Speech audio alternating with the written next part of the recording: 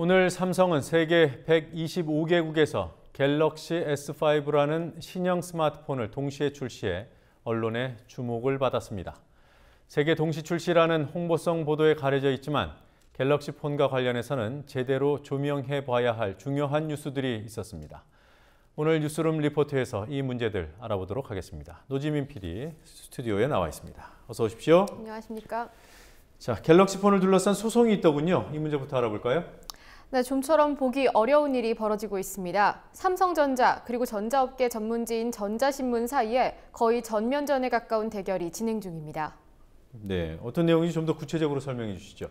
지난달 전자신문이 갤럭시 S5 생산에 차질이 있다고 보도했고 이에 대해 삼성은 사실이 아니다, 오보로 피해를 봤다며 손해배상을 청구했습니다.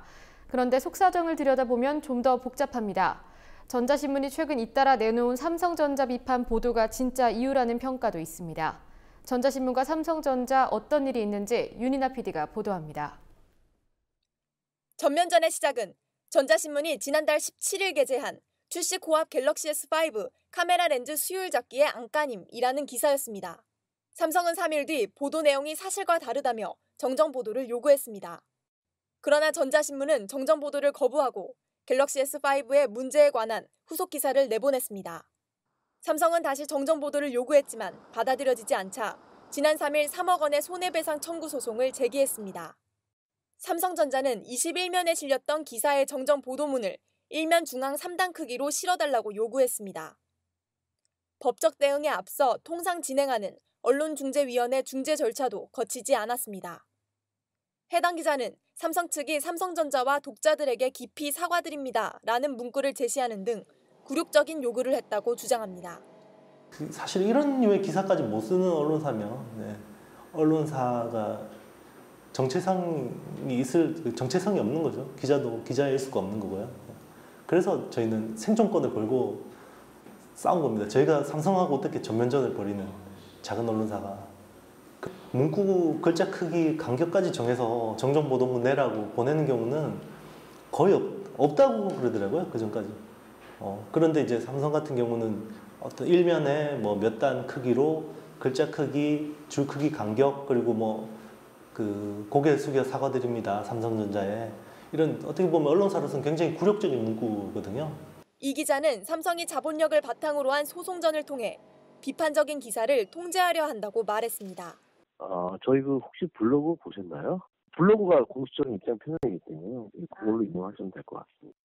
블로그에 실린 글에서 삼성전자는 진정한 언론은 기사를 무기화하지 않는다고 말했습니다.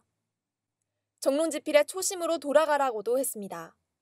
이렇게 언론사에 진짜 소송을 거는 걸 모습을 보니까 아무래도 다른 언론사들은 위축될 수밖에 없죠. 아무래도 삼성의 비판적인 언론들조차도 사실은 어떻게 보면 이번 사건이 있으면서 전자신문 그리고 전자신문 기자들 스스로 되게 많이 반성을 했었습니다.